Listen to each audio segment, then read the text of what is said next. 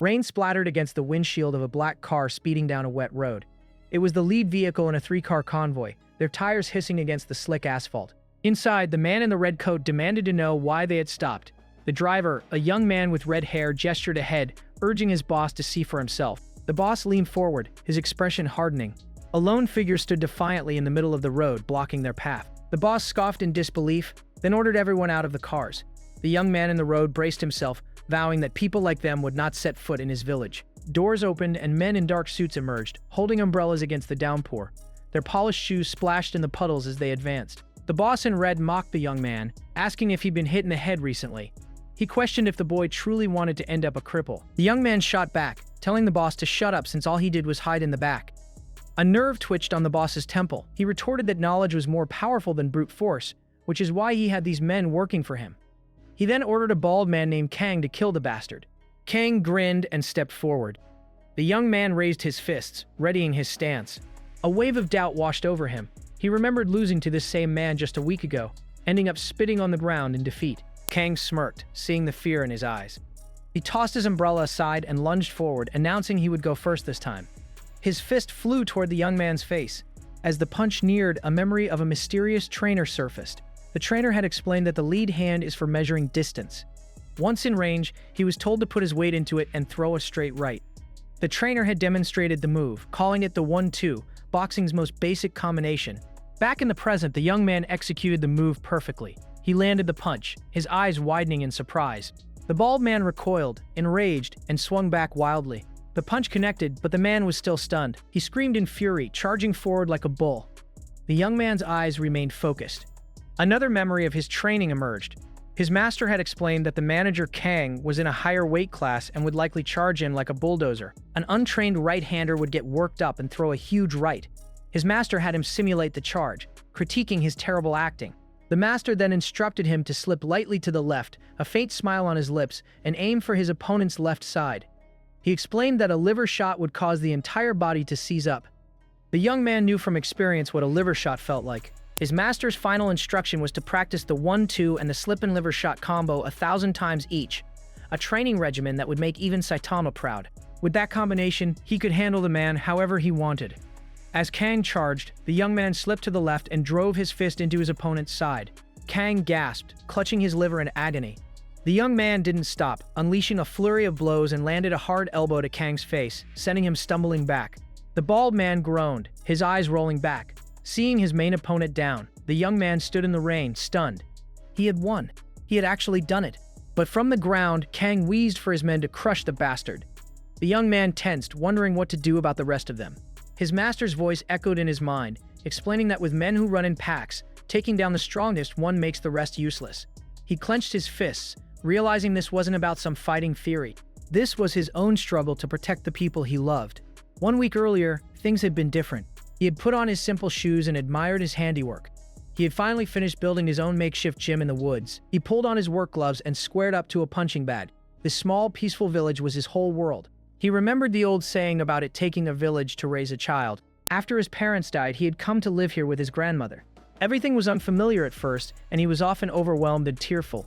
But the villagers had showered him with love, doing silly dances and making funny faces to cheer him up. He was their precious boy. At the Sunshine Village Community Center, the village chief held an important meeting.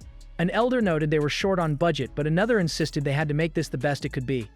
She suggested giving up the snack budget for the month. They all agreed, willing to go without red bean jelly because this moment would never come again. The memory was so touching it almost made him want to cry out. He remembered being a little boy when the villagers bought him a new backpack with money saved from their red bean jelly fund. They had scraped together everything they had, even hand-stitching his name onto his school supplies. The items were kept safe in the bag.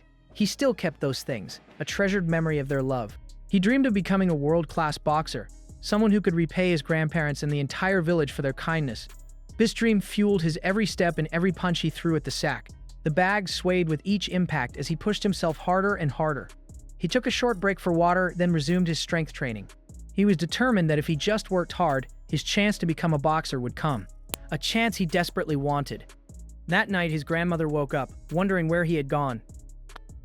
She noticed the TV was still on, broadcasting news about Han Construction's plans to expand their resort business. The screen flickered off. The next day, while villagers were working the fields, one mentioned hearing that Han Construction had wrecked a neighboring village. He explained they bought up land, started construction, and then left the place a mess. Suddenly, another villager spotted something in the distance. A black car sped past, crushing a dandelion as it raced by. The convoy of 3 black cars rolled into their quiet village. A man in a suit stepped out, followed by several others. They arrived at the community center where the villagers had gathered. The man in the red coat greeted the elders. The young man Gang Chen wondered what was happening. The man introduced himself as Kang Huan, head director at Han Construction. He got straight to the point, announcing their desire to purchase the land for their resort project. He made a generous offer of 300,000 won per pyong, calling it a chance they couldn't miss. The village chief immediately called him a damn thug, questioning his ridiculously low offer. He accused the man of being a scammer, trying to trick old folks into selling their homeland for cheap. The chief declared that not a single person was willing to sell, and told them to get lost. The director offered to go higher, but the chief grabbed his arm, shouting for them to leave. The director's polite facade crumbled. He questioned why the chief was grabbing him, disgusted by the man's filthy hands, and insulted all the elders. He sighed and told his red-haired subordinate to deal with it. The subordinate claimed the chief was being threatening and shoved the old man to the ground, calling it self-defense. Gang Chan watched in shock as the chief cried out in pain. Gang Chan's grandmother stormed forward, berating the punks for causing trouble. The red-haired man mocked her, asking if she had parents. He called her an old hag and slapped her across the face. She collapsed to the ground. Gang Chan's world went red. The man who hit her worried aloud if she was dead, muttering that it was her fault for mouthing off. Before he could finish his thought, Gang Chen's fist connected with his jaw, sending him flying. The man lay on the ground, dazed. Gang Chen loomed over him, his voice trembling with rage as he demanded to know what they had done to his grandmother. He punctuated the question with another punch. The director looked on with disdain, remarking that his men weren't worth their salary. He gestured with his foot, ordering Kang to step in. Gang Chen stood his ground, demanding they apologize and get out. Kang just laughed at his glare. Since Gang Chen was acting so threatening, Kang decided that what he was about to do also counted as self-defense. He threw a powerful punch, which Gang Chen narrowly dodged. Gang Chen saw an opening for a counter as Kang attacked again. He knew he could throw a punch right then, but he hesitated. Kang sneered that his punch was too weak and slammed a fist into his stomach. Gang Chen doubled over, unable to breathe. He looked up in shock as another blow sent him to the ground. Kang stood over him triumphantly. Blood dripped from Gang Chan's nose, but he continued to glare. Kang called him hopeless and ordered the others to crush him. The thugs swarmed, kicking and stomping him while taunting him to fight back. The villagers screamed in terror, yelling for him to run. Blood pooled on the ground beneath him. One of the thugs told him this wasn't some kiddie fight. His grandmother, bruised and bleeding, crawled towards them, begging them to stop. She apologized, blaming herself for yelling, and pleaded with them to hit her instead. Tears streamed down her battered face as she offered herself in his place. From the ground, Gang Chen told them to take it out on him. The director, annoyed that it had started raining, told them to stop for the day. He complained about his shoes being ruined and promised to keep things civil next time. He then warned them not to call the police, claiming he could easily bribe a countryside cop. With a sinister grin, he added that they had footage of Gang Chen hitting them and that creative editing could ruin the kid's life. They would be back in a week, and he advised them to be smart about it. After they left, his grandmother asked if he was okay and insisted he go to a hospital. Suddenly, she clutched her head in pain. An elder told Gang Chen to carry her to their place.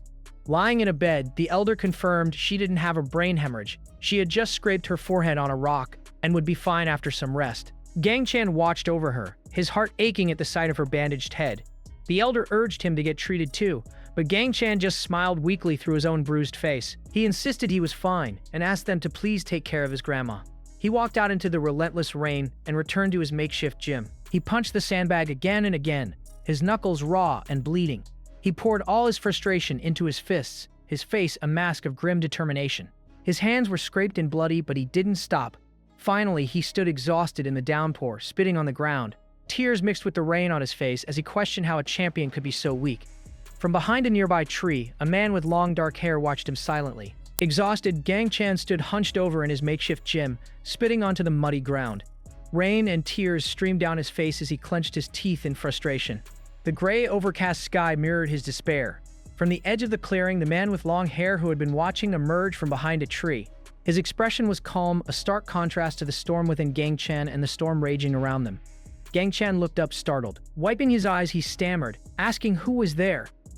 His eyes widened in recognition. He knew that face. He remembered seeing it on the sports news, the face of a champion boxer named Seo Jun. He had watched the man deliver a perfect left hook, solidifying his title as champion.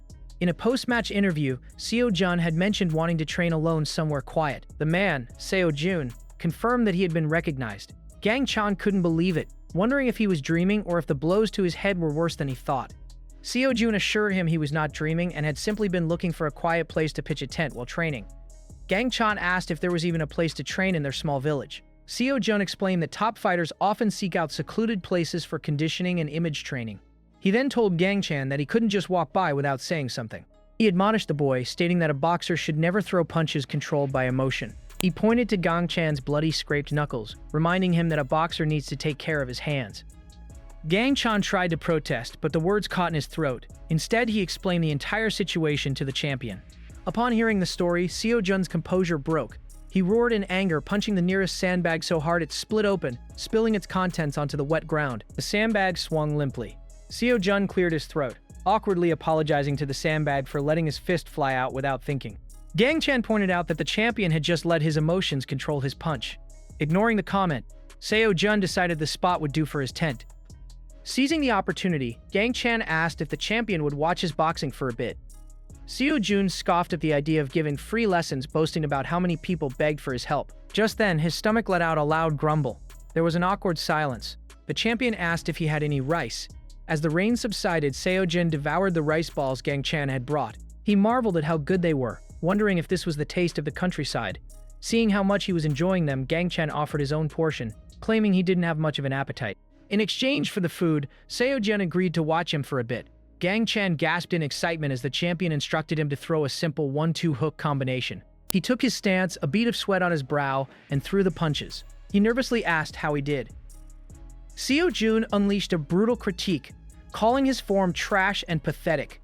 He pointed out every flaw: his exposed chin, the lack of force, the awkward footwork, and the stiff body that followed the fist instead of leading it. To emphasize his final point, he flicked Gang Chan's opposite hand, noting that his guard was too high to be of any use. Seo Jun concluded that the boy had no talent and should give up. Gang Chan pleaded with him, begging him to teach him just a little more. Seo Jun refused, stating that a world champion didn't have time for this and was here to train, not vacation. Gang Chan's shoulders slumped in defeat. With a heavy sigh, Seo Jun relented. He told Gang Chan to follow him if he could keep up with his training. The training was brutal. It began with a long run, because stamina is the absolute basic for lasting 12 rounds.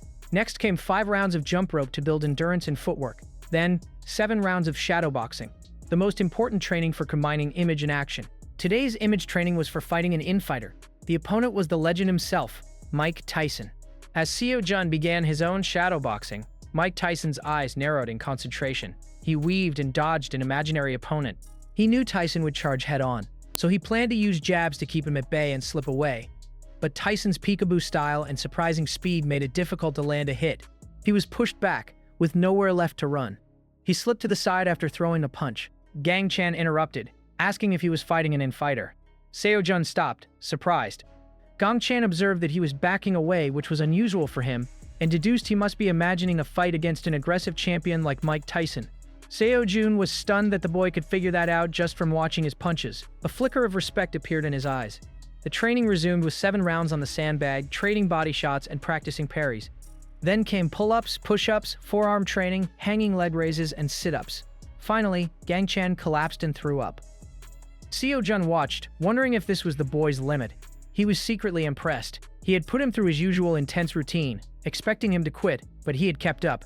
He mused that while people envied his glory, they always ran away when they saw the sweat and pain it required. He waited to see how Gang Chan would react. To his surprise, Gang Chan laughed.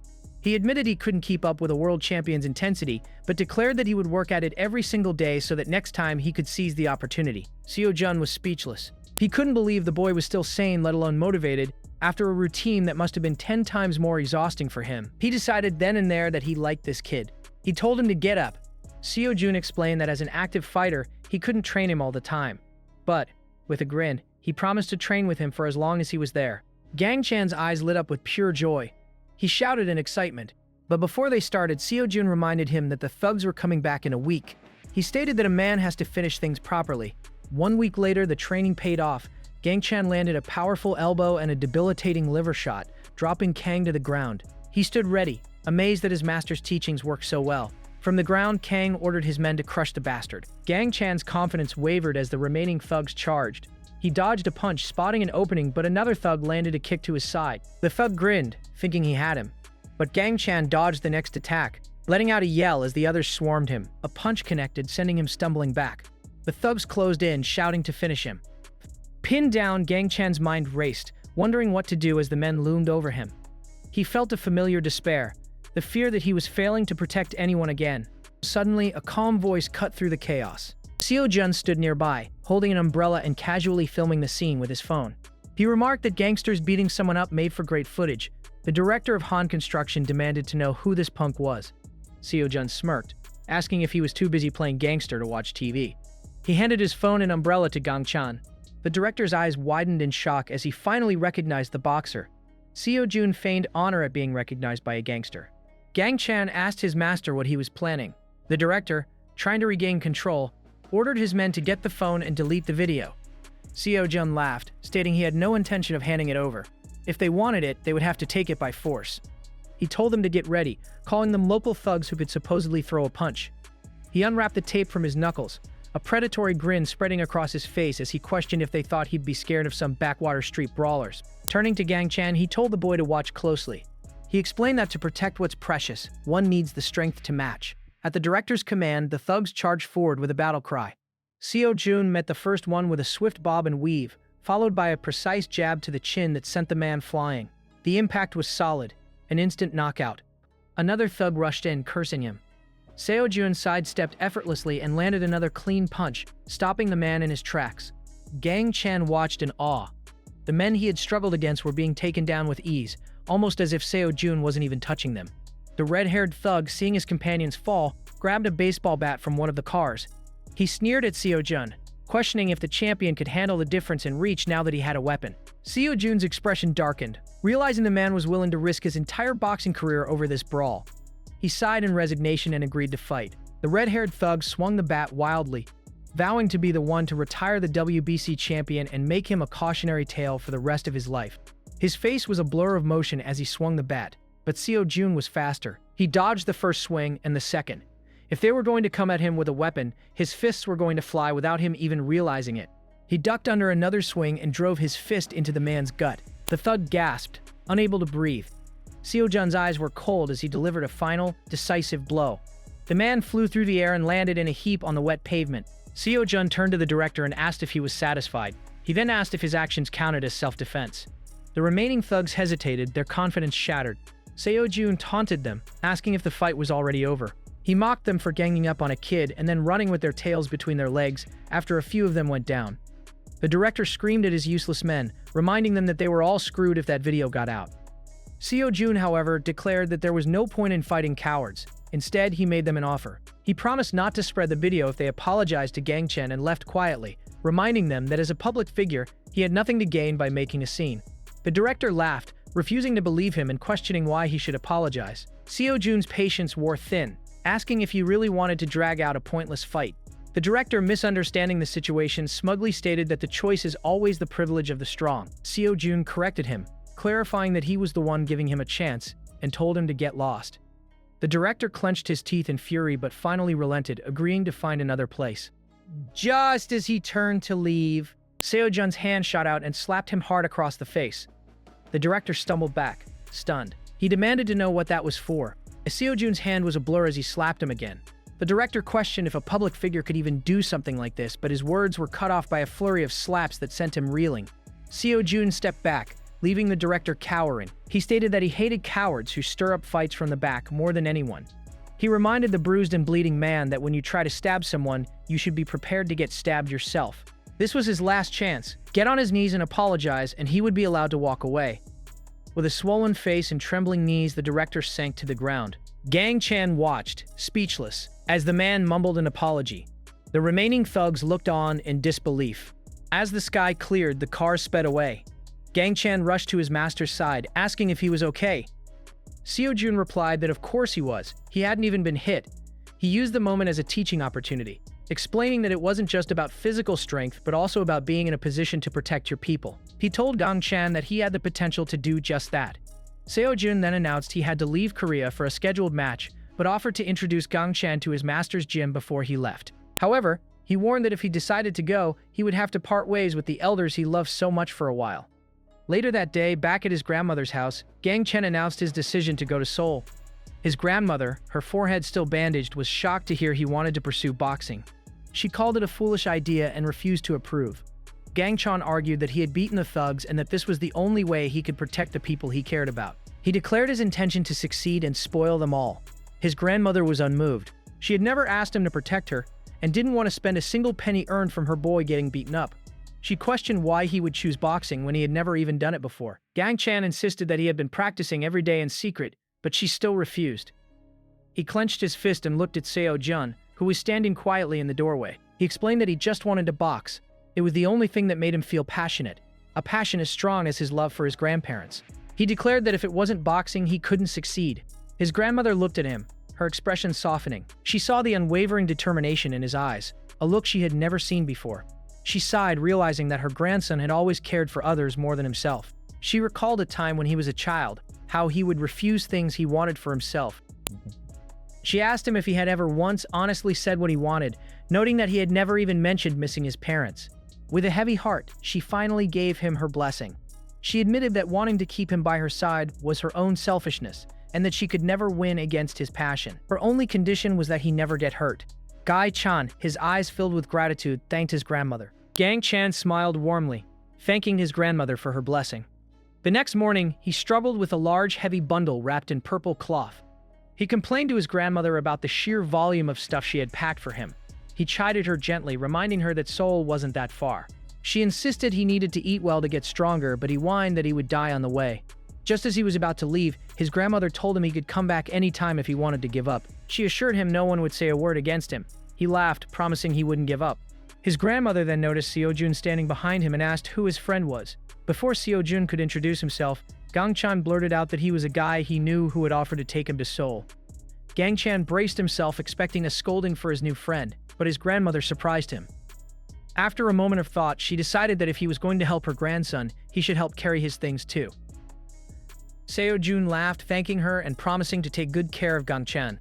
Gang-chan smiled, touched by her concern. He waved goodbye, telling his grandmother not to come out any further. He thought back on that moment, remembering how she had stood there watching until they were out of sight, and perhaps even longer. He apologized to his master for making him carry the bags, but Seo-jun just told him to forget it, as they only had to make it to the car. Just as he was lamenting his own weakness, he was surprised to see the village elders approaching. They scolded him for trying to leave without saying goodbye, explaining that his grandmother had told them everything.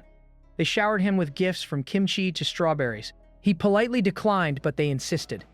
One of the grandmothers called out his name. She thanked him for fighting the gangsters, ashamed that the adults hadn't been able to handle it themselves. Her voice trembled with emotion, as she began to cry, wondering what fun she would have without him around and begging him to eat well. Gang-chan, flustered, promised to visit often. The village chief then noticed Seo-jun, a flicker of recognition in his eyes. Seo-jun laughed, pleased to be recognized, but the chief mistook him for a porter. Seo-jun was momentarily confused, but the chief just patted him on the back, commenting on how strong he looked and asking him to take care of Gang-chan. The bustling city of Seoul was a world away from his quiet village. They drove through the crowded streets in a bright yellow SUV, and Gang-chan stared out the window in awe. They finally arrived at a building with a large sign that read Gang Songgu Boxing. Inside, the gym was alive with the sound of skipping ropes and punches hitting heavy bags. Two boxers were sparring. Seo-jun stepped inside, and the two boxers immediately stopped, their eyes wide with surprise. Their reaction was exactly what Seo-jun had expected. Soon, the entire gym was buzzing with his name, and a young boy even asked for his autograph. A large silhouetted figure emerged from the back, demanding to know who was making all the noise and telling everyone to get back to training. Seo-jun greeted the man with a grin. Coach Gang Songgu grunted at the sight of him. Seo-jun explained that he had come to say hello and ask a favor. He introduced Gang-chan as a talent he had discovered and asked the coach to take him under his wing. Gang-chan was intimidated by the coach's immense size. The other boxers murmured amongst themselves, curious about the kid who had been brought in by the champion himself. The coach was intrigued, wondering what was so special about this boy that had prompted Seo-jun to do something so out of character. He ordered Gang-chan to put on a pair of gloves and get ready to hit the mitts. He barked at him to get into his stance. The coach held up the mitts and Gang-chan prepared to strike, but he hesitated, unsure of what to do. The coach looked at him, confused. Seo Jun laughed, asking if this was the boy's first time hitting mitts and wondering if he even knew the signals. The coach sighed and called out a simple combination. 1-2, weave, hook. Gang Chan threw the 1-2, but instead of weaving, he took the hook right to the face. He stood there, stunned, a trickle of blood running from his nose. Seo Jun burst out laughing again, pointing out that the kid didn't even know what weaving was. The other boxers in the gym averted their eyes, trying to stifle their own laughter. Welcome to Gang Songgu Boxing, where the training was as intense as the coach's glare. Gang Chen's eyes were filled with a new fire. The coach, looking between the novice and the champion, acknowledged that while it was early, the boy could at least throw a 1-2. He decided to explain the evasive techniques of boxing. He demonstrated ducking to avoid straight attacks, weaving to dodge hooks, and swaying to evade punches by leaning back. He explained that these moves should eventually flow together with his offense and instructed him to practice them with his 1-2 until he got it right. Gang Chen got to work, his feet moving with a new purpose. He practiced the combinations over and over, his movements becoming more fluid with each repetition. He could feel it, a sense of rhythm and control he had never experienced before. The coach watched him, impressed. He admitted to Seo Jun that he didn't think the kid had much talent, but he did have athletic sense. He questioned why Seo Jun had brought him here, stating that he was nowhere near the talent Seo Jun had possessed at his age. Seo Jun just smiled, agreeing that comparing the boy to him was a bit much. He told the coach that the boy's talent might not be obvious at first glance. He then asked the coach to train him for a while before patting a starstruck Gang Chan on the head and saying his goodbyes. As he walked away, the coach warned him that his next opponent looked tough.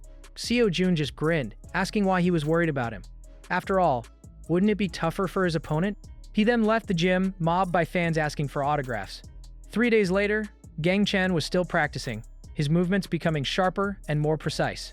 He seamlessly blended his punches with evasive maneuvers, a flurry of motion and sweat. The coach watched him, arms crossed, a thoughtful expression on his face. He was amazed that the kid was already pulling off decent combinations in just 3 days. He had even fixed the bad habits the coach had pointed out during their first session. He asked Gang Chan when he started and finished his training. The boy replied that he trained from 6 a.m. to 10 p.m. The coach was shocked, realizing those were just the gym's operating hours. He had never seen the kid come in or leave. Gang Chan stammered, admitting that he had been sleeping in the gym because he had nowhere else to stay. He apologized for not asking permission, but the coach assured him he wasn't scolding him. He then asked what he did before bed. Gang Chan replied that he either visualized what he had learned or thought about his grandma. The coach was astounded. Other kids just wanted to get out of training as fast as possible and would stare at their phones before bed. He laughed heartily, exclaiming that June had brought him a truly interesting kid. He then ordered another boxer, Sungwoo, to find someone named So Yun, announcing that he wanted to put them in a sparring match. Sungwoo eagerly agreed. Gang Chan was excited about his first sparring match but noted that Shoyun sounded like a girl's name. The coach just looked at him, confused. A figure emerged from the locker room. She was indeed a girl, Lee So-yeon, a 17-year-old with 8 years of boxing experience. The coach looked at him quizzically, a hint of amusement in his eyes. He confirmed that So-yeon was, in fact, a girl. Lee So-yeon, 17 years old with 8 years of boxing experience. They stepped into the ring, and So-yeon popped in her mouthguard. Gang Chan nervously adjusted his gloves. So-yeon recognized him as the rookie Seo Jun had brought in, and wondered if she should go easy on him for his first time. The coach tossed Gang Chen a headgear, which he quickly put on. He stepped back into the ring, his eyes wide with concern. He wondered why she wasn't wearing any protective gear, and worried that she might get hurt. So-yoon's expression hardened at his comment. The other boxers winced, knowing he was screwed now. She told the rookie not to worry about her and to worry about himself instead. Gang Chan was confused by her sudden anger, wondering if he had said something wrong. The bell rang, signaling the start of the match. They touched gloves and took their stances. Gang Chan was nervous, but ready. So-yeon lunged forward, her fist a blur of motion. He was stunned by her speed. Her eyes were sharp and focused. She unleashed a flurry of punches, each one landing with surprising force. The other boxers cheered her on, impressed by her fierce attack, and the coach watched with a grimly satisfied expression. He noted that just because she was a girl didn't mean she should be taken lightly. Her lower weight class meant less power, but it also made her faster. She was the perfect opponent to get Gang Chan used to sparring. Gang Chan did his best to block her attacks, realizing that she was much faster than the gangsters he had fought before. He was constantly on the defensive, but he held his ground. So-yeon continued her assault, and Gang Chan desperately looked for an opening. He saw one and dodged her next punch. She was surprised that he had managed to avoid it. He had found a perfect blind spot and saw that she was wide open.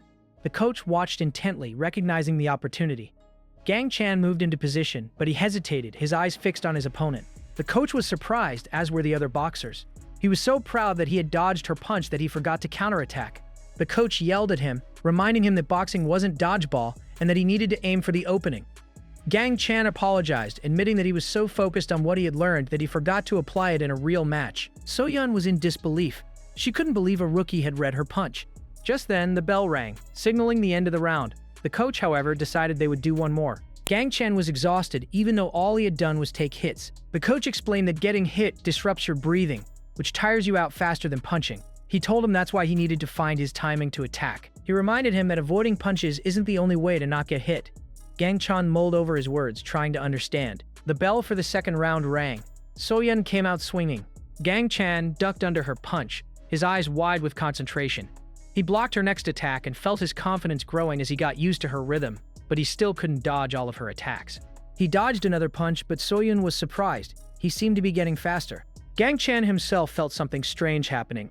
Normally, a rookie would be too tired to even move after one round, but he felt energized. So-yeon's assumption was correct for most people, but Gang Chan was different.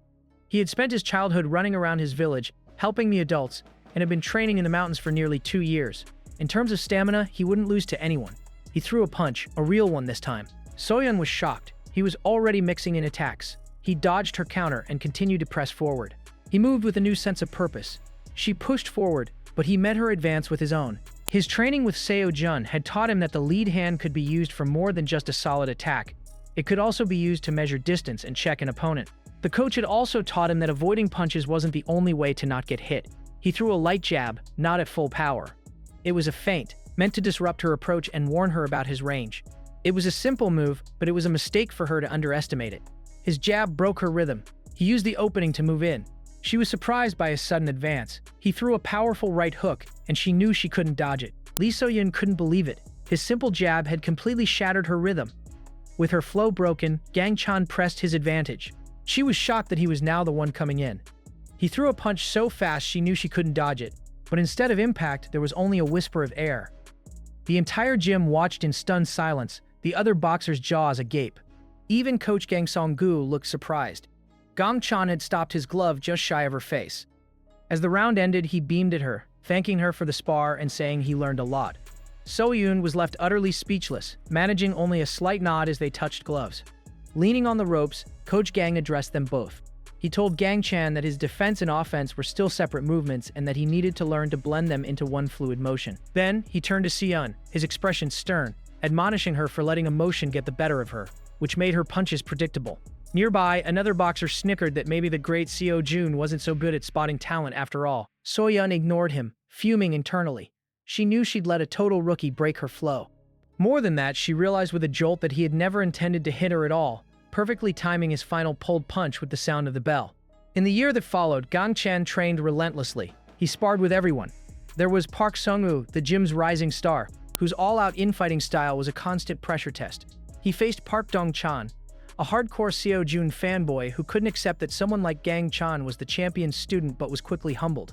Then there was Park Woong, the gym's resident hard puncher, whose fists felt like bricks, even through headgear. Woong would often pause to ask if he was okay, but Gang Chan would just grin and insist he was fine, not wanting to waste their time. Through this gauntlet, Gang Chan grew at an astonishing rate, trading blows with everyone in the gym, even landing clean shots on the coach during drills. Before he knew it, a year had passed, and he was 18, old enough to debut as a professional. The professional boxing license test was held in a large modern venue, with an empty ring waiting under the bright lights. An official called out the first fighter's name. A man with garish green hair strutted into the ring. Park Chang-soo, a 22-year-old lightweight, flashed a predatory grin. His eyes scanned the sparse crowd and widened. Sitting ringside was Lee Do-jin, the president of the country's largest MMA agency. Chang-soo felt like he'd hit the jackpot. His green hair, the color of money, had to be a good omen. He then spotted Seo-jun's legendary old coach, Gang Seng-gu, and felt a surge of excitement. The stage was perfectly set for him to make a huge impression and become a star. The official called the next fighter, Lee Gang-chan. Chang-soo's grin widened, wondering who his opponent would be. Gang Chan entered the ring with a bright, earnest smile, wishing for a good match. Chang-soo sized up the fresh-faced 18-year-old and saw nothing but easy prey. The referee gave them their final instructions, and they returned to their corners. The bell rang. Changsu sneered, telling the rookie he was about to become his prey. He threw a punch, but Gangchan ducked under it with impossible speed. Changsu blinked in confusion. In that split second, Gangchan had closed the distance and planted a solid right hook on his jaw. Dazed, Changsu wondered where the punch had even come from. He tried to refocus on the once-in-a-lifetime chance before him, but when he looked up, his opponent was gone. Gangchan reappeared at his side, unleashing a punishing flurry of blows. A pained grunt escaped Changsu's lips as punches slammed into his body and head in a brutal rhythm. His vision swam, his legs turned to jelly, and he staggered back, suddenly realizing he was trapped against the ropes. Gangchan's friendly demeanor was gone, replaced by a look of pure, cold focus. He advanced again, hammering through Changsu's desperate guard. The punches were relentless. The world went dark around him, and a single thought screamed through his mind. Someone, please save me. Suddenly, the referee was there, shouting for them to stop. Changsu's arms dropped, and he collapsed onto the canvas, utterly defeated. He looked up from the floor to see Gangchan extending a hand toward him. The rookie was smiling again, asking if he was all right. He said it was a good match and thanked him. Changsu stared in disbelief, taking the offered hand and allowing himself to be pulled up. Coach Gang Songgu watched the boy with a hint of pride. Gangchan was on his hands and knees, cheerfully wiping down the gym floor. The coach remarked that since the kid arrived, the place had never been so clean. He told him to just tidy up a bit and take it easy, internally musing that the boy was almost too kind. Gangchan just laughed, insisting he was fine. But the coach's attention shifted to the person who had entered with them. He was startled to see a woman in a sharp business suit standing there. He stammered, asking what she wanted. The woman bowed deeply, introducing herself as Kang Minji from Champ Agency. Both the coach and Gangchan looked on, surprised. With a bright smile, she announced she was there to request a business meeting with boxer Lee Gangchan.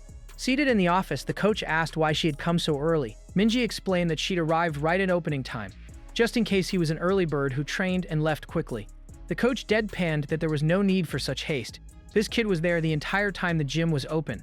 Flustered, she admitted she was also worried another agency might scoop him up first. Her CEO had been very clear about bringing him in, she stressed, squeezing her paper cup so hard it crumpled and spilled all over the table, causing her to shriek. Gangchan quickly grabbed a cloth to help, asking if she was okay. He then connected the dots, realizing Champ Agency was his master's agency. She confirmed it, proudly stating they represent many athletes including the great Seo Jun. Rumor had it, she added, that Gangchan was his mentee. Gangchan didn't know the word, but proudly corrected her that he was his student. She explained that by joining them, he would get major promotions and they could negotiate bigger purses for his fights. The coach cut in, saying they knew all that through Seo Jun. The debut match was what truly mattered. He asked if she had an opponent in mind. She certainly did, a boxer named Hwang In-young. She fumbled for her files, then gasped in horror, realizing her tablet with all the data had been caught in the spill. The coach waved it off, saying he'd heard the name. He wondered why they'd match a debutant against someone so tough. Minji explained that Hwang In-young had a 3-0 record with all dominant wins. But she insisted that with Gangchan's ability, it was doable, and there was a very specific reason for the high-stakes matchup. She took them back 6 months, to the legendary fight between Seo Jun and Damon Carter. The coach recalled the name. He had even said it wouldn't be an easy fight for Seo Jun back then. Carter had been an undefeated pro with a 1-5-0 record, steamrolling his way to a title shot. People buzzed that he was the one who could finally beat the champion. Instead, Carter lost without leaving a single mark on Seo Jun's flawless face, a crushing first defeat for the rising star. Unable to accept it, Carter had demanded a rematch. He agreed to all of Seo Jun's terms, which meant the fight would be held in Korea. The agency planned for Gangchan's debut to be the opening match for that massive event. They would market him as Seo Jun's disciple, and if he beat another rising star like In-young, the hype would be explosive. Gangchan's eyes widened. His fight would be the lead-in to his master's bout. The coach conceded that the terms were good, before turning to his student and asking what he thought. Gangchan's hesitation was brief. With fierce determination, he declared that he really wanted to do it, driven by the desire to see his master fight in person. The coach gave Minji their answer. They were positive. Overjoyed, she promised to return with footage of the opponent, then promptly tripped on her way out the door. She left with all the grace of a newly born giraffe. Gangchan's sweat dropped, asking his coach if they could really entrust this to someone so clumsy. The coach was unconcerned. They could trust the company, especially since it was Seo Jun's. He then ordered Gangchan to go run. It was time to start cutting weight. The training that followed was hellish. His opponent Hwang In-young was relentless, forcing him to move his legs until they burned and his vision swam. In-young berated him, asking how a future champ could fold so easily. With such weak stamina, there was nothing for it but to take a breather and jog by the river. Later, In-young sat alone by that same river, exhausted. The water sparkled peacefully. He fed a treat to a stray cat that had wandered up to him, wistfully remarking how nice it must be to just sit and take what life gives you. He confessed to the small animal that he just wanted to rest easy, even for a moment. He pulled the treat back, his hands trembling slightly. He just wished someone would beat him already. Just then, a figure jogged past him. It was Gangchan, his mind focused. He thought of his master's lead-in fight. He couldn't smear his master's name. This match, he had to win it. As Gangchan jogged along the river path, a lone figure huddled on a bench caught his eye. His resolve hardened. This was for his master's opening fight, and he absolutely had to win. Back at the gym, Coach Gang Songgu reviewed footage of Hwang In-young. All 3 of his fights ended in a first-round KO, and every one of them came from a devastating counterpunch thrown after dodging an attack. The coach noted that In-young's strategy, which relied on incredible dynamic vision, was similar to Gangchan's own style. Their plan, he explained, was to make it look like Gangchan was an in-fighter at first. Gangchan, however, was struggling with the phone, comically asking how to stop the video. The coach sighed, wondering how a kid could be worse with smartphones than an old man like him. Gangchan just laughed, admitting he'd never used one before. After a moment, he pointed at the screen, asking if something seemed strange about In-young. Even when he had the upper hand, he looked incredibly sad, like someone who wanted to lose. The coach exploded, telling him to stop saying useless things and focus on his training. Gangchan snapped to attention and agreed. On weigh-in day, the stage was swarmed with flashing cameras. Gangchan felt embarrassed about taking his shirt off, but his coach reminded him that fighting was all about momentum, and he needed to walk with confidence. He stepped onto the scale, and the display read 60.8 kilograms. He'd cleared it. The photographers immediately swarmed him, asking for a pose. Awkwardly, he flashed a peace sign. Next, it was time for the face-off. As they squared up for the cameras, Gangchan cheerfully greeted his opponent. Hwang In-young stared back, his expression grim, asking if this was fun for him. He stated flatly that he was envious Gangchan could smile like that, because he had never smiled while doing this. The comment left Gangchan speechless and the coach puzzled. From across the room, Hwang In-young's own coach watched with a weary expression. It was Seo Jun's old rival. After the weigh-in, a flurry of small articles appeared, and the news even reached Gangchan's remote village. One of the villagers excitedly showed the newspaper to his grandmother, who looked on with a worried expression. A week later, the arena was electric. Under the bright lights, a massive crowd cheered wildly. The announcer's voice boomed, welcoming them to the World Boxing Championship. Gangchan looked out at the sea of faces, completely stunned. Back home, not even 10 people gathered at the village hall. The announcer's voice cut through his awe, introducing him as the student of Seo Jun. He walked toward the ring, his coach and a stone-faced Soyun behind him. He turned to her with a grin, thanking her for being his second and promising to do his best. She stared back blankly. Good, then told him he was an idiot. In times like these, you're supposed to say you'll win, because if you lose, you die. He just gave a small nod. In his corner, the coach simply told him to do as he practiced. Gangchan stepped into the ring, facing his morose opponent. He politely greeted him again, drawing confused laughter from the crowd, who couldn't understand why a fighter would be so cheerful right before a bout. He laughed nervously, admitting he was nervous, but he couldn't help but notice that In-young still looked like he was in a terrible mood. The referee brought them to the center, gave his final instructions, and sent them to their corners. The signal was given, they met in the center, touching gloves to start the match. They cautiously probed each other with their lead hands, waiting to see who would make the first move. It was Gangchan. He ducked under In-young's jab and followed up with a powerful right hook, but In-young was ready, his expression unchanged. It was predictable, just like all the other fighters. He slipped the punch, and Gangchan froze. A smirk finally appeared on In-young's face as he asked if his opponent thought he would be any different.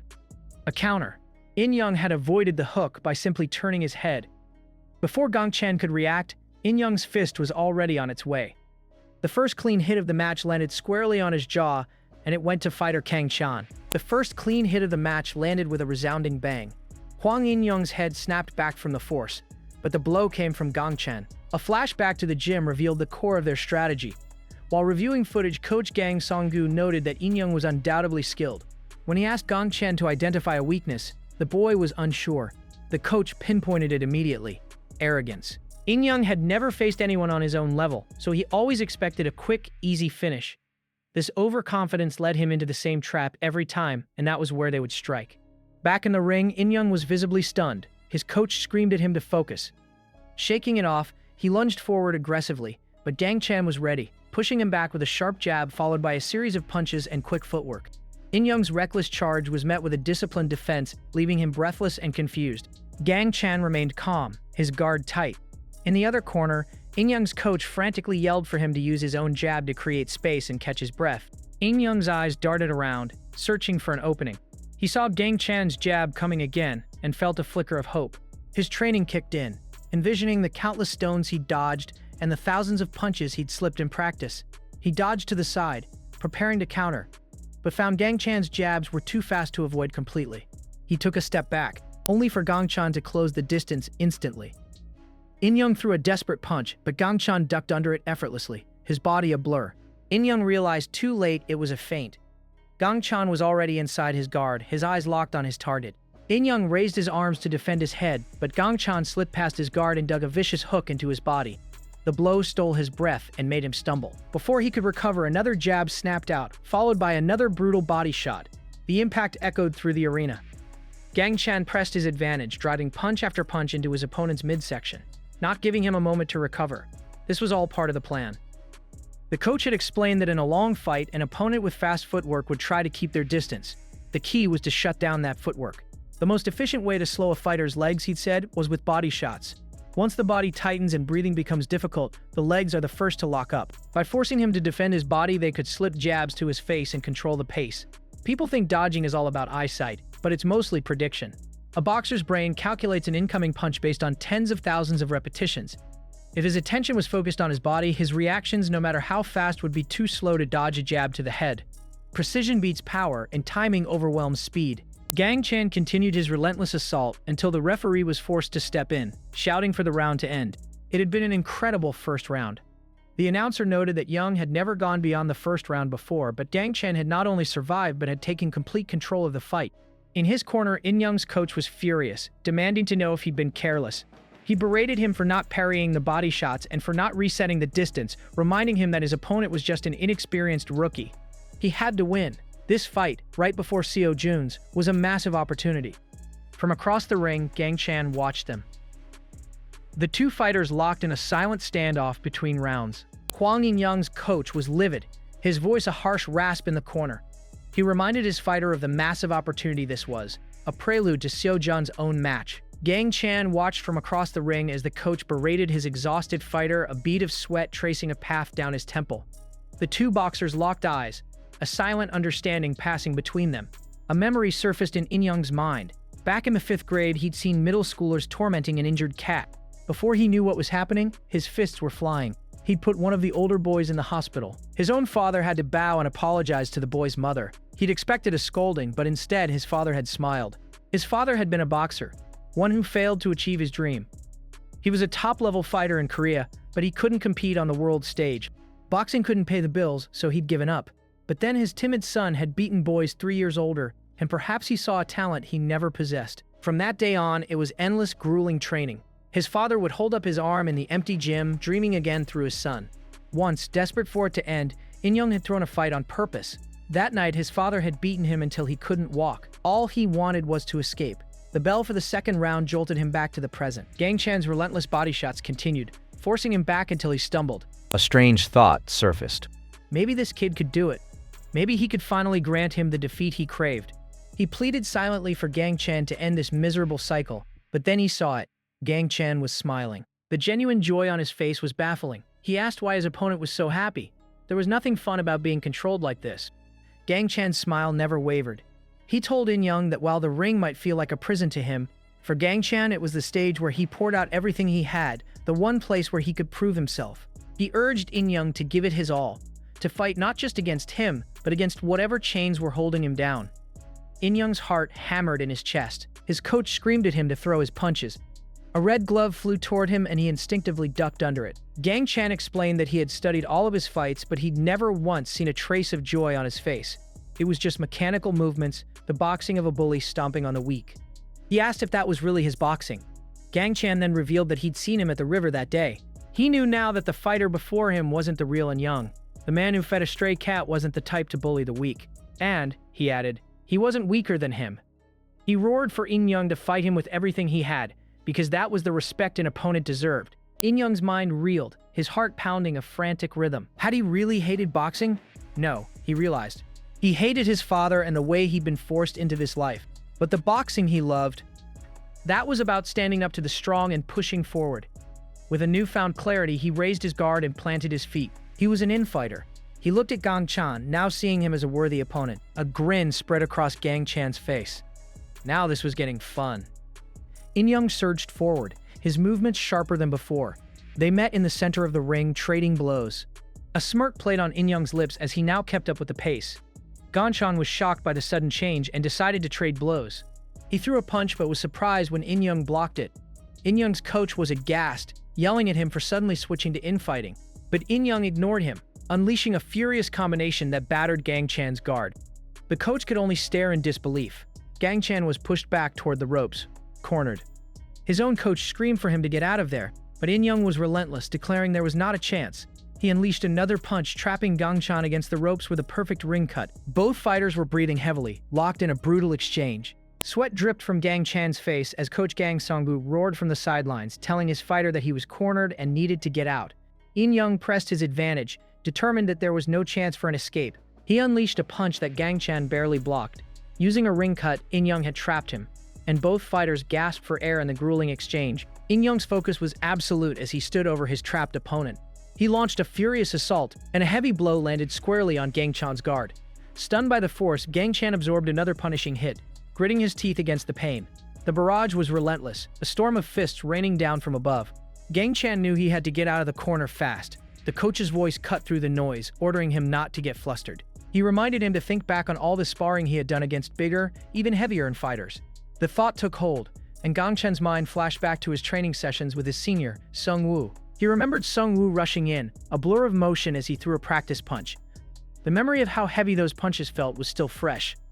Sung Woo's constant pressure and sharp footwork always drove him back, pinning him in the corner just like this.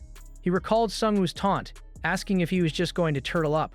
Sung Woo had told him that a cornered mouse has to bite back, and that he needed to throw his hands to carve out space for himself. The memory sparked an idea. He had to create an opening through offense. An opening was all he needed. As In Young swung again, Gang Chan began to execute the coach's strategy, pushing his opponent back with a string of attacks. He then broke the rhythm with a feint, stopping In Young's advance for a split second. Planting his feet, he pivoted sharply. In Young's punch sailed through empty air as Gang Chan slipped out of the corner. In Young watched in disbelief as Gang Chan repositioned himself. With a grin, Gang Chan declared that the tables had turned. He had just pulled the ultimate no-you in a boxing ring. He began to move, landing a quick jab that forced In Young to cover up. The two exchanged blows in the center of the ring, their expressions locked in fierce concentration. The coach yelled again, reminding Gang Chan of the setup he had been building. It was time to use it. Gang Chan refocused his mind. He knew exactly what he had been stacking during the match, something his opponent couldn't help but worry about. He went straight back to attacking the body. In Young was shocked that he was targeting his body again. He tried to counter, but Gang Chan's attack was suffocating. His footwork was relentless, and he swore he wouldn't give In Young any space. A straight punch snapped In Young's head back, followed by more quick steps and another sharp jab. The body shot landed with a thud. In Young realized Gang Chan was trying to keep him off with jabs, and he resolved to break through the defensive screen. But that was the plan all along. Gang Chan had baited him with the jabs, preparing to go in at a timing he wouldn't expect. He faked a retreat, and as In Young stepped forward, Gang Chan slipped in at an off-rhythm, trapping his lead foot. The move was perfectly executed. An opening appeared, and In Young saw the red glove rushing toward his face, his eyes wide with shock. A thunderous bang echoed through the arena as the punch connected cleanly. With a final pivot of his feet, Gang Chan unleashed the perfectly timed punch. The blow landed with stunning force, and In Young's eyes went wide with shock as the world tilted around him. The impact sent a shudder through his entire body. Gang Chan followed through with another strike, then a third, and a final brutal uppercut sent In Young crashing to the canvas.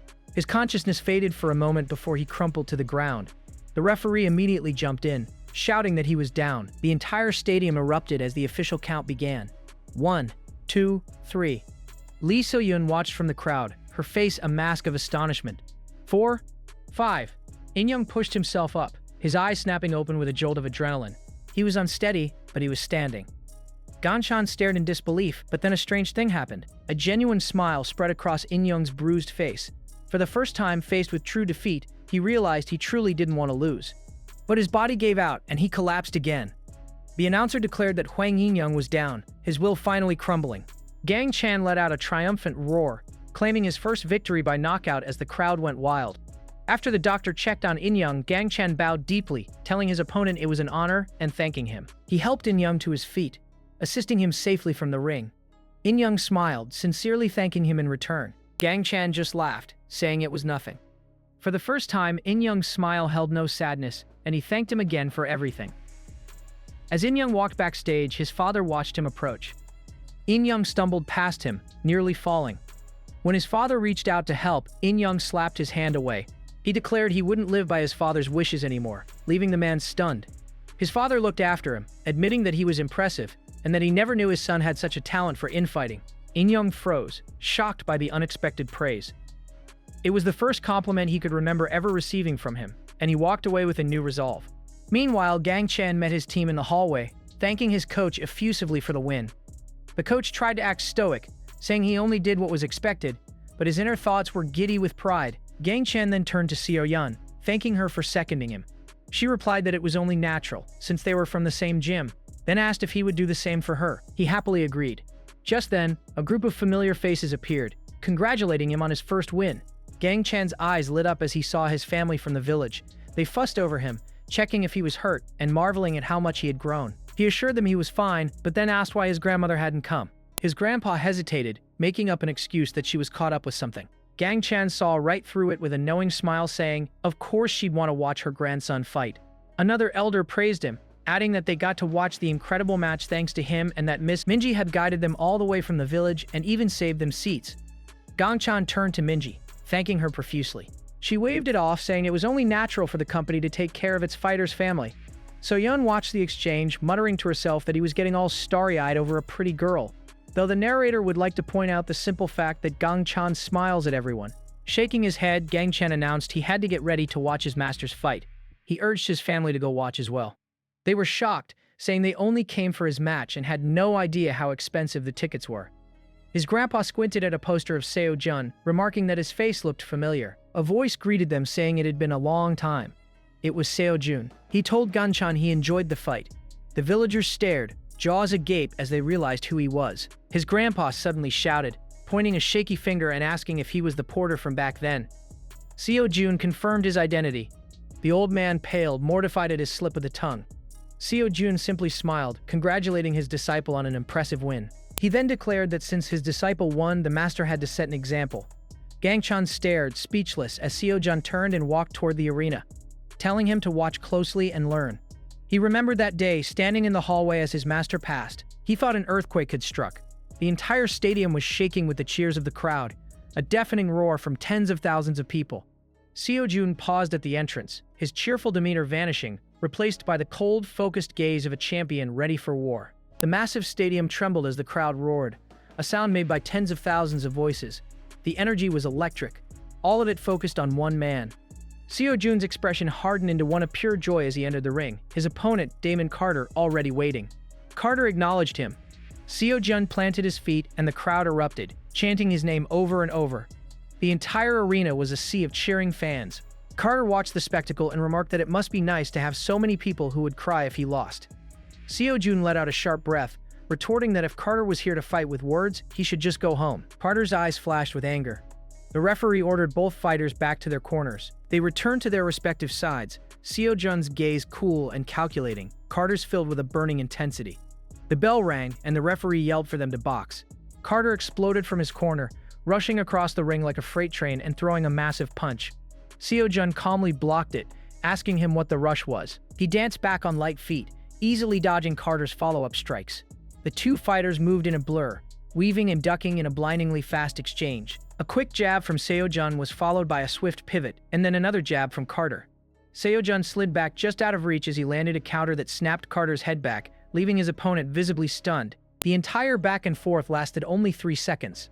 Gang Chan watched, completely mesmerized. He couldn't believe how many punches were thrown in such a short time. This was the level of a true title fight. The fighters circled each other again, and both flinched simultaneously. Gang Chan wondered what had happened, and the coach explained that they had reacted to each other's feints. He told him that at the champion level, fighters battled not just with their fists but also with their minds. Gang Chan could only say whoa in response, his own face still swollen from his match. Carter's eyes narrowed, and he unleashed his powerful lead hand. Seo-jun slipped under the punch with a right hand of his own. Carter twisted his body to guard against it, but the blow was so powerful that it blew his guard away completely. He stared in disbelief just in time to see another punch coming for his head. Seo-jun unleashed a furious barrage of punches, forcing Carter to grit his teeth and endure the assault. A powerful hook connected, followed by a brutal uppercut to the chin. Another body shot landed with a sickening thud, and Carter groaned in pain. He was down. The referee began the count as Seo-jun watched impassively. 1, 2, 3, 4, 5, 6. At the count of 7, Carter got back to his feet, taking his fighting stance once more. The referee asked if he could continue, and Carter confirmed that he could. The fight resumed. Seo-jun faced his opponent, acknowledging his spirit but knowing the end was near. He dodged another wild swing from Carter, his movements fluid and precise. He had no intention of taking such reckless punches head-on. Gang-chan, watching from the sidelines, was confused. He wondered how his master could land a counter when his stance wasn't even fully set. The coach explained that it was the opposite. Because he slipped and attacked at the same time, he was able to react in a split second and handle even unorthodox situations. That, he said, was what it meant to be a true champion. Back in the ring, Seo-jun stood over his fallen opponent, telling him to get up. He said ending the fight in the first round would be boring. Carter lay on the mat, a trickle of blood coming from his mouth. His reign as champion clearly over. Seo-jun taunted his fallen opponent, saying a first-round finish would be boring. Damon Carter lay on the canvas, blood trickling from his mouth, as his corner frantically urged him to get up. With a surge of willpower, he pushed himself to his feet, but his legs gave out and he collapsed again. Seo-jun was surprised, and even the referee looked concerned, but Carter's eyes snapped open, and he pushed himself to his knees. He squeezed his glove, then slammed his foot onto the mat and rose. Unsteady but standing, the bell rang, signaling the end of the round. In their respective corners, both teams went to work. Seo-jun's corner was jubilant, telling him he could finish it in the next round. Carter's corner was in a panic, calling for water and ice. Carter's hands trembled as he tried to take the water bottle, and it slipped from his grasp. He stared at his trembling hands, realizing he couldn't put any strength into his punches. He wondered if he had already taken too much damage. Across the ring, he saw Seo-jun sitting calmly, a confident smirk on his face. Carter knew his opponent had seen his weakness. The referee called for seconds out. As the second round began, the two fighters met in the center of the ring. Carter knew he couldn't last 12 rounds like this. His legs were shaking, and he couldn't move enough to recover. His only option was to keep throwing punches. He lunged forward, but Seo-jun effortlessly slipped his punch. Carter grunted in frustration. His new plan was to use a clinch to buy some time. He moved in close, but Seo-jun shoved him away with his shoulder and unleashed a lightning-fast flurry of punches. The blows rained down on Carter's body. Gang-chan watched in awe, amazed at how his master created space and attacked in an instant. Seo-jun paused his assault, raising his hand in a gesture of certain victory as Carter fell for the third time. The crowd went insane, chanting that Jun was Korea's hero. On the mat, Carter's vision swam. He wondered why he was seeing the ceiling again, why he was even there. Then, an image of the championship belt flashed in his mind, and his eyes snapped open with renewed focus. Seo-jun watched with a flicker of surprise as Carter, against all odds, began to rise once more. Gang-chan couldn't believe it, but Coach Gang Sung-gu understood. He explained that Carter was just one step away from becoming the world champion, and that desire was what was keeping him on his feet. Seo-jun muttered in disbelief, asking if Carter was some kind of roly-poly toy. He planted his feet, ready to end it. He acknowledged Carter's incredible endurance and willpower, saying it was fine. Carter in turn said he would give him a chance too. For the folks back home, he wanted to make it a good show. The two fighters stood in the center of the ring, and Seo-jun raised his glove. He declared that for the sake of the fans and the people watching, he wouldn't take a single step back from this point on. He invited Carter to the center of the ring. Carter stared, stunned by the declaration. Gang-chan asked why his master was doing that, and the coach sighed, calling him an idiot. He explained that it was Jun's old bad habit. He couldn't stand seeing Korean boxing looked down on, and saw his own boxing as a symbol of its strength. Gang-chan was speechless. With that kind of showmanship, his master was showing the world his boxing. The display left Gang-chan's swollen eye twitching in awe. Carter knew his only shot was a lucky punch, and he had no reason not to take it. He decided to pour everything he had left into one final attack, even if it cost him his life. The announcer's voice boomed through the stadium, declaring that the two boxers were about to collide. It was a final, all-or-nothing clash. With no intention of backing down, the two champions were about to collide in the center of the ring. They both stepped forward and unleashed a devastating exchange of blows. Carter landed a solid punch, but Seo-jun just took a breath, unfazed. Gang Chan swallowed nervously as he watched. Carter's eyes blazed with fury as he threw another punch, which Seo Jun easily blocked. He followed up with a powerful hook, and Carter gritted his teeth against the impact. Seo Jun sidestepped another attack and landed a clean counter. Carter was stunned, wondering why his opponent wasn't going down. Seo Jun pressed his advantage, landing a brutal uppercut that snapped Carter's head back. The former champion's eyes rolled back in his head. He had been so sure that he was the king of this ring, the undisputed tiger of the boxing world. But as lightning seemed to flash before his eyes, he saw not another tiger, but a mythical dragon. His mouthguard went flying as he screamed in defiance, asking what the hell his opponent was. Seo Jun's answer was simple and absolute. He was the champ. Carter's dream of reclaiming the belt vanished as one final punch flew toward him. He watched them approach in slow motion, his eyes wide with disbelief. A final crushing blow sent him flying into the air before he crashed to the mat, unconscious. Seo Jun stood over him. The match was over. He had successfully defended his title, and the champion's name echoed through the arena. As Carter's corner rushed to his side, calling for a stretcher, Seo Jun turned to the defeated second, telling him he wasn't fit for the job. He said he should have known after the second knockdown that his fighter had no chance left and thrown in the towel for the sake of his career. The man looked away, cursing under his breath. He admitted to himself that he had been the one who wanted to throw in the towel the most, but Carter had threatened to kill him if he did. Seo Jun walked away and raised his arms to the cheering crowd, the championship belt wrapped around his waist. Back on the sidelines, Coach Gang Song-gu remarked that it had been one hell of a learning experience. He started to suggest they discuss it over dinner later, but when he turned, Gang Chan was gone. Seo Jun was heading back to the locker room when he heard his disciple call out to him. He turned to see Gang Chen standing. The young boxer bowed deeply, congratulating his master on his victory. He gushed about how incredible the fight was, saying he was more nervous and thrilled than when he fought himself. Seo Jun laughed, telling him he was exaggerating. Gang Chan insisted that despite his opponent's strength, his master hadn't taken a single hit. That's not a fight, that's just good pest control. Seo Jun proudly stated that it was because his body was number one. After a moment of hesitation, Gang Chan declared that someday he wanted to face his master in the ring. Seo Jun was taken aback for a second, then burst out laughing. He told his disciple he'd have to work hard for that, reminding him that he was 2 weight classes heavier, and that Gang Chan would need to bulk up first. He waved it off, saying they could worry about that later and that he'd see him at dinner. As he walked away, a mischievous grin spread across his face. Gang Chan was left standing there, confused about the dinner plans. Later that evening, the whole team celebrated with a feast of victory. Seo Jun raised his glass, laughing loudly.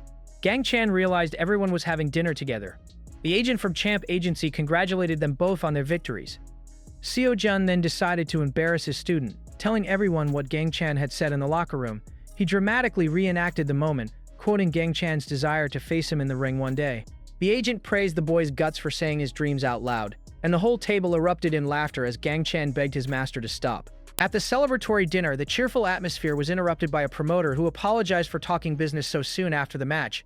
He explained that since Coach Gang was present, he wanted to discuss Gang Chan's next fight. While his debut drew a lot of attention, the promoter warned that his next match wouldn't be so easy. Coach Gang agreed, noting that the audience size would be vastly different. The promoter continued, stating that after much discussion, his company had come up with a promising idea. Gang Chan looked on with a bruised, curious expression. The promoter then dropped the bombshell, a Korea-Japan match. The proposal drew a sharp, concerned look from Coach Gang, who immediately questioned if this was a wise move. Deciding to table the conversation for later, the coach announced that Gang Chan had earned a 1-week break. The promoter agreed, encouraging him to enjoy his first prize money.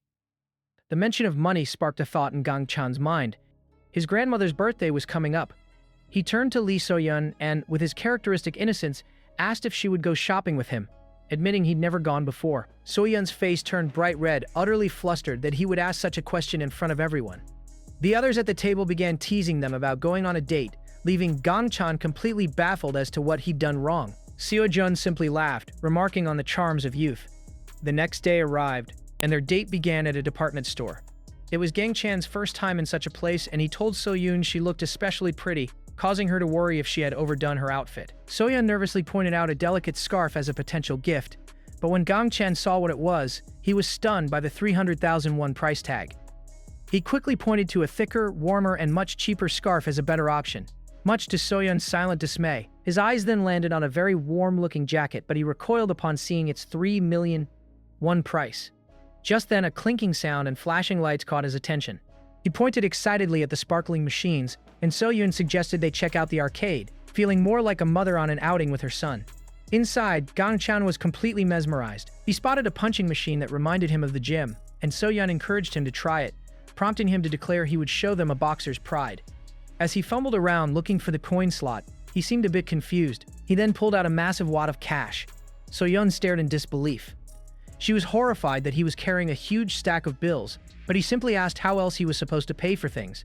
He explained that he didn't trust banks because they charge fees just to hold your money, a concept he found utterly ridiculous. An unsavory-looking man in a cap overheard their conversation. The man watched them from a distance. In the end, So-Yun paid with her card. She told him to hit the bag when it dropped, and a couple of onlookers took notice of the young boxer. So-Yun felt a swell of pride, thinking it was only natural for them to watch. She recognized his stance as he raised his shoulder, her eyes widening in anticipation. She cheered him on.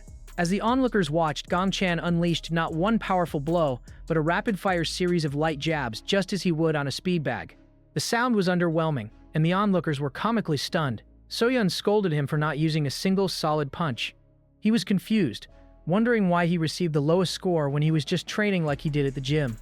Mortified, So-Yun grabbed him to leave, calling him a dummy. She took his hand and he looked down, surprised by the contact. As she pulled him through the arcade, he remained slightly dazed as she punched him in embracement. The impact was a sharp body shot that made him wince. A flustered So-Yun started to scold him for getting hit, but her eyes suddenly widened. She had spotted the man's hand slipping an envelope from Gang-chan's pocket. She shouted that it was a pickpocket. The thief smirked, thinking it was too late even if they had noticed. But in the next instant, So-Yun was right beside him, demanding he return the money unless he wanted to die. As the thief reeled from her speed, Gang-chan also caught up, clutching his stomach and politely asking for his important money back. The thief was dumbfounded by their bizarre behavior just as So-Yun yelled at Gang-chan for being polite to a criminal. The wail of sirens filled the air and soon, the pickpocket was being loaded into a police car. Gang-chan concluded that Seoul was a scary place, and So-Yun insisted he get a debit card from now on. She then remembered they still hadn't found a gift. After a moment of thought, Gang-chan had an idea. For 200,000 won, he proudly presented his purchase, a large, warm cotton blanket. So-Yun was amazed he could balance the heavy bundle on his head, a skill he said he learned in the countryside. He explained that his grandmother's old blanket was worn out, and he wanted her to sleep warmly even when he wasn't there to keep the fire going. So-Yun was visibly touched. Blushing, she told him it was a great gift, one that was perfectly suited to him. As she smiled, Gang-chan thought to himself how pretty she looked. His idyllic moment was broken when he wondered aloud how they would carry the massive blanket back to the village, prompting an exasperated So-Yun to yell at him to just send it by courier. That day, Gang-chan learned two valuable city lessons: how to use a debit card and how to mail a package. During his brief trip back home, Gang-chan pleaded with his grandmother to look at him, announcing that her grandson had come all this way to see her. She remained turned away from him, silent under her covers. He felt a pang of sadness, explaining that he'd bought her a warm comforter, but she still refused to see his face. With a sigh, he announced his departure. He gave one last look back at her still form before walking out of the room, not seeing the single tear that escaped her eye. She cried silently into her pillow, heartbroken. Outside, a village elder asked if he was leaving already, and Gang-chan replied cheerfully that he had to get back to Seoul to train. The elder insisted he eat first, but Gang-chan politely refused, explaining that he had to cut weight and the delicious country food would be too tempting. He said his goodbyes and headed off. As he walked away, the elder returned to his grandmother's side, gently chiding her for not cooking for him. Through her tears, she explained that she couldn't bear to see his bruised face, or she would break down completely. She lamented what kind of grandmother she was if she couldn't even cheer him on. About a month before the fight, the media buzz began to grow. Articles started appearing, heavily emphasizing the Korea-Japan rivalry and drawing massive attention since both fighters shared the moniker the Smiling Boxer. Back in the gym, they studied footage of his opponent, Yamamoto Ryuji, who moved with a flashy rhythmic style. The Japanese boxer was incredibly dynamic in the ring. Coach Gang presented the footage, showing Yamamoto effortlessly dodging and countering. After landing a hit, Yamamoto would brazenly taunt his opponent. Watching the clip on the phone, Gang-chan innocently asked if that was even allowed, worried it would offend the other fighter. The coach explained that showmanship was part of the sport and, unlike him, not everyone was so polite. Gang-chan found it fascinating. Yamamoto looked so free, almost as if he were dancing. Later, as he was heading out for a run, another boxer from the gym called out to him. His gym mate was amazed he was fighting again so soon, while a more cynical fighter muttered that he should have been crushed in his debut. The first boxer asked if he was okay with his opponent being Japanese, and the second one chimed in maniacally that he should be stressed out. Gang Chan was left confused by the remark. As he ran through the city, the path took him under a bridge. He couldn't shape their words, wondering what they meant. His run was interrupted when an older man stopped him, recognizing him as the boxer from Seo Jun's opening match. The man praised his fiery performance, and Gang Chan happily thanked him for the kind words. The man then brought up the upcoming match, passionately declaring that one can't even lose at rock, paper, scissors to Japan. The feeling of pressure mounted as he continued through the city. He was startled again, this time by a group of high school students who recognized him with wild excitement. They eagerly asked for photos and autographs, telling him to smoke that Japanese guy. He was still processing their words when his old flip phone began to ring. It was a video call from the village elders, who had seen the news and were all shouting that he absolutely could not lose. The elder from before yelled for him to show them Korea's spice, which Gang Chan assumed was a very specific gochujang-based fighting style. He smiled brightly through the barrage of cheers. He quickly ended the call, telling his family he was with fans. He apologized to the students for the interruption and happily posed for a photo with them. As they ran off, they echoed the sentiment to show them the Korean spice. Gang Chan watched them go. Later, sitting in a sauna, he felt an unfamiliar tightness in his chest. He wondered if it was just the weight cut getting to him. He'd been nervous for his debut, but this felt different. He was grateful for the support, so why did it all feel so heavy? He recalled the footage of his opponent, who seemed so light and free. In stark contrast, his own heart felt like lead. 1 month later, it was fight night. The roar of the crowd was deafening, with fans screaming that he couldn't lose. They reminded him that they were fighting alongside him. Gang Chan offered his usual smile to the crowd and tapped his foot on the canvas, ready. His expression hardened into focus. Across the ring stood Yamamoto Ryuji, whose intense glare was a world away from the dancing figure in the video. Gang Chan was taken aback, wondering if he always carried such a serious vibe. In the ring, Gang Chan stared at his opponent.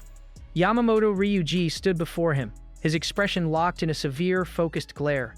This was not the smiling, dancing fighter from the videos, and Gang Chan wondered if he had always carried such a serious vibe. From the sidelines, Coach Gang and So-Yun watched with concern.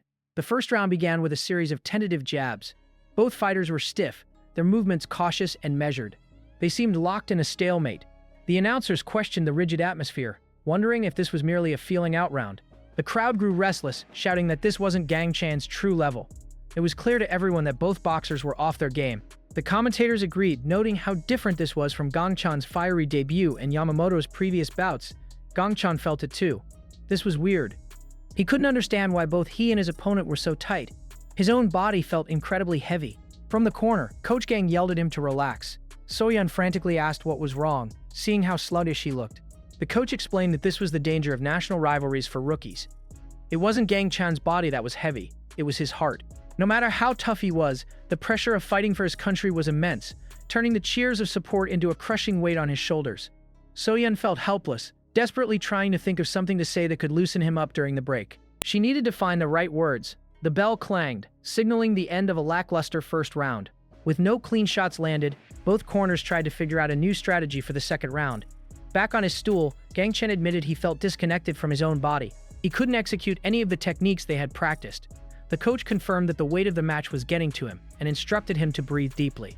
Suddenly, So-Yun was in his face. She yelled at him, demanding to know who he thought he was, to freeze up as if carrying the entire country on his back. When he stammered that he was nervous, she grabbed his cheeks and stretched them wide. She asked if he had even smiled once today, reminding him that he grins even during sparring and couldn't possibly fight at his best without it. The memory of his cheerful sparring sessions flashed in his mind. She told him to just box like he always does. He was to forget the random strangers and think only of the people he needed to protect. He sat there, stunned by her words. So-Yun apologized to the coach for cutting into his time, but he simply said her advice was good. Gang Chan realized she was right. He figured his opponent was likely feeling the same pressure, and he didn't want a boring fight. He needed to fight as he always did. A wide, genuine grin spread across his face. After all, a smile was the universal language for, "I'm about to mess you up." Yamamoto was momentarily confused by the sudden change, then broke into a confident grin of his own. They tapped gloves, a silent agreement passing between them. Round 2 started with an explosion of action. Yamamoto's feet moved with blinding speed as he closed the distance. He threw a lightning-fast punch. Gang Chan was stunned by his quickness. With renewed focus, he decided to pay it back. He slipped the punch with a deep lean, throwing his opponent off balance. He saw his opening and prepared to counter. This was a shot Yamamoto couldn't possibly dodge, but he did. Gang Chan was amazed by his opponent's flexibility. Realizing he couldn't hesitate, he pressed the attack. A fierce exchange erupted between them, and the crowd roared to life. The announcers noted that both fighters were finally looking loose. Yamamoto was finding his rhythm, moving with the fluid grace of a dancer. A swift hook caught Gang Chan off guard, snapping his head back. He found himself mesmerized by his opponent's movements, but in that dance he saw an opening. As Yamamoto moved to jab, his flashy footwork became predictable. A slight misstep here, a planted foot there. Yamamoto launched another punch, confident he had found his flow. He was completely caught by surprise. Gang Chan stomped his foot, shattering the rhythm. He bounced on his feet, feeling light and free. With a wild grin, he declared that now he could finally start showing what he'd learned. Yamamoto could only stare back, utterly bewildered. With a light bounce in his step, Gang Chan's familiar wide grin returned. He was finally ready to show what he had learned. His opponent Yamamoto Ryuji could only stare back in utter confusion. The secret to his newfound rhythm began 2 months ago. Coach Gang had surprised him by placing a pair of headphones over his ears, announcing that from then on all his training, from roadwork to shadowboxing, would be done with music. So-yeon proudly informed him that she had personally curated the playlist, a mix of tempos from classical to hip-hop, that he was to listen to with gratitude. The coach added one more thing to his schedule, a new daily routine he was to attend every morning at 9. The routine turned out to be a boxing aerobics class. Surrounded by a group of enthusiastic older women in a dance studio, Gang Chan followed the instructor's commands to stay on the beat. The energetic teacher reminded them not to drop their guards and to keep the tension up. He found it much harder than it looked, though he did agree with his classmates that the instructor was quite cute. A month later, the training evolved. The coach had So-yeon hit the music in the gym, pressing play on the stereo. He instructed Gang Chan to hit the mitts in time with the song, starting with a slow, deliberate tempo. He threw measured jabs and hooks, his movements synced to the beat. After he found the rhythm, the coach yelled at him to switch to a fast tempo. The music sped up, and he unleashed a blistering flurry of punches. The coach explained that the entire exercise was about managing his own rhythm, varying his attacks to make them harder to read. Since his opponent was a master of tempo control, their strategy was simple. As he threw another punch, the coach stopped him mid-swing. He told him to feel the opponent's flow. Yamamoto, the coach explained, had a very fixed personal rhythm. Though he looked free, the beat was always there. Their top priority was to break that rhythm, to turn off the music before Yamamoto could start dancing. Back in the present, Yamamoto felt his own tension rise. As his opponent's smile loosened him up, he resolved that he would be the one laughing in the end. He feinted a jab, preparing to empty out his opponent's body with a powerful shot. As he moved in, he saw Gang Chan preparing to counter the anticipated body blow. Yamamoto smirked, seeing his trap was set. He thought he had him.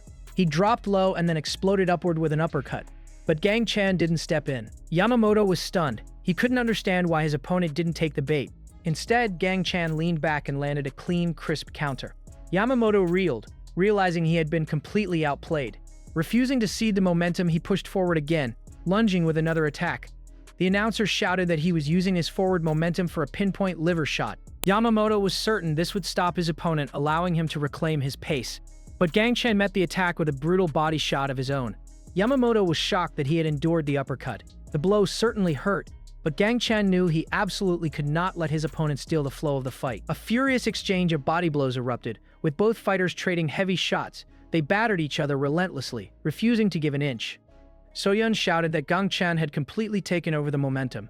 The coach agreed, noting that if he could stay just half a beat faster, the fight was his, but he watched with a flicker of apprehension. The relentless assault backed Yamamoto into the ropes, giving Gang Chan the perfect chance to end it. He unleashed a final combination, but Yamamoto slipped every single punch. The crowd and announcers watched in disbelief. His opponent was practically doing the limbo against the ropes. Using the elasticity of the ropes to his advantage, Yamamoto launched himself forward and landed a devastating counter uppercut. Gang Chan was stunned, realizing how narrowly he had avoided disaster. The force of the blow sent him stumbling to the canvas, his eyes wide with shock. He was completely dazed. Yamamoto used the ropes to launch a powerful counter uppercut that caught Gang Chan cleanly. The rookie was stunned, realizing how close he had come to a knockout. The blow sent him crashing to the canvas. He looked up, completely dazed by the sudden turn of events. His vision swam. The referee immediately began the count, his arm rising and falling. He shouted the count directly at the fallen fighter. From the corner, Coach Gang roared at him to snap out of it and get up quickly. Shaking the cobwebs from his head, Gang Chan pushed himself to his feet, insisting he could still go on. The referee gave him a quick look over and, seeing the fire still in his eyes, seemed satisfied. He gave the signal to box and the fight continued. Gang Chan advanced cautiously, his guard held high. Yamamoto lashed out with a quick jab which Gang Chan managed to block, though the impact felt heavy. He was still rattled. A grin spread across Yamamoto's face as he noticed his opponent's reactions had slowed considerably. He pressed his advantage, landing a solid punch. He followed up with a brutal body shot that made Ganchan wince. Ganchan knew he couldn't take much more punishment and had to start throwing back. The two fighters met in the center of the ring, unleashing a desperate two-sided assault. The blows took their toll, and Yamamoto stumbled back, his legs unsteady. Gang Chan was breathing heavily, sweat stinging his eyes. His own legs felt like lead. Coach Gang's voice cut through the noise, reminding him that he wasn't the only one who was exhausted. He pointed out that Yamamoto had also taken significant damage and that Ganchan had landed more clean shots. The words hit him like a splash of cold water. He realized his opponent had slowed down significantly. His nimble hit-and-run style was no longer an option. With renewed determination, he brought his gloves up to his chin. He knew he just had to go for it.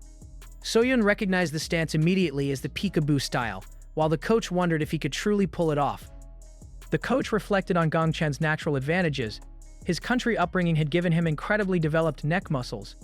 This made him durable, but unlike his toughness, he wasn't a one-punch knockout artist. The strategy was simple: endure one punch to pay it back with two. Gang Chan pushed forward, bobbing and weaving with the new rhythm. Yamamoto watched him approach, perplexed. The coach knew that once committed to this infighting style, there could be no hesitation. Gang Chan ducked under a wild hook, and Yamamoto followed with another jab. He kept his guard tight, a defensive shell. Yamamoto was frustrated, unable to find any openings in the tight defense. He landed a few shots to the head, but Gang Chan absorbed them, his eyes never wavering. Another solid punch connected, but it only seemed to fuel his opponent's advance. He was shocked by his resilience. Gang Chan kept pressing forward, relentless. He began to unleash his own flurry, driving Yamamoto back with a series of powerful hooks. Yamamoto was hurt, the damage beginning to show in his eyes. Gang Chan drove a brutal shot into his body, followed by a sharp uppercut. The combination sent Yamamoto stumbling backward. His legs were wobbly, his balance gone. He was completely battered. With a defiant snarl, he invited Gang Chan in, declaring this was his zone. It was a trap, but Gang Chan had just drawn his Uno reverse card. He feinted, stopping just short of Yamamoto's reach. The coach analyzed the situation, knowing exactly how to counter a rope-a-dope. While the ropes offered many escape routes, a well-placed lead hand could completely shut down those options. Gang Chan moved with purpose. In other words, the plan was to pin him and hit him. Their eyes met for a split second. Gang Chan exploded forward, trapping Yamamoto against the ropes and unleashing a merciless barrage of punches. He blocked his opponent's escape route with his right hand, just as the coach had envisioned, and drove a thunderous right hand straight into Yamamoto's solar plexus. The fighter's eyes went wide with shock and pain. The force of the blow lifted him off his feet, his body contorting as the air was driven from his lungs. He crashed to the canvas, completely knocked out. Gang Chan stood over him, panting heavily, the clear victor. A final brutal flurry of punches rained down, driven by sheer will.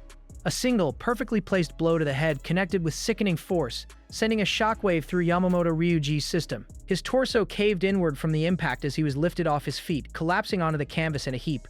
Above him, Gang Chan gasped for air, his work finally done. As consciousness faded, Yamamoto's mind drifted back to his days as a biker punk in Osaka, when he thought his bike and his body were his only assets.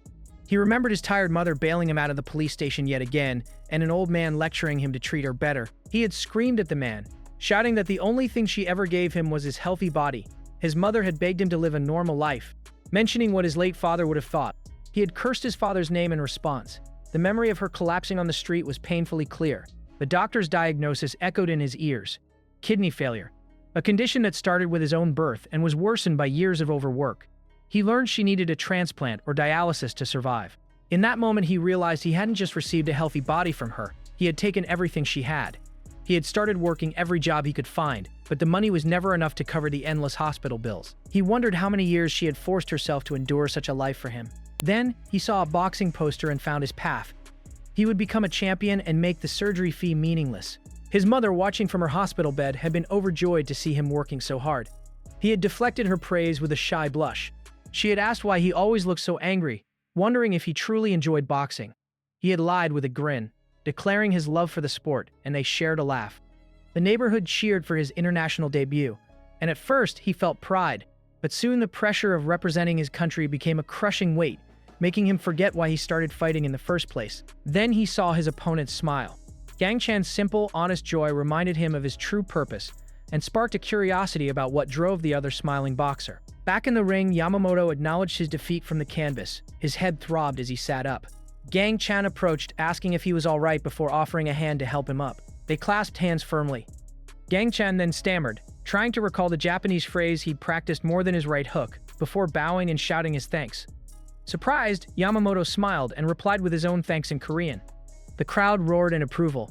Later, Soyun teased Gang Chen, asking if he'd prepared that line assuming he would win. He smiled, replying that he would have said it even if he had lost.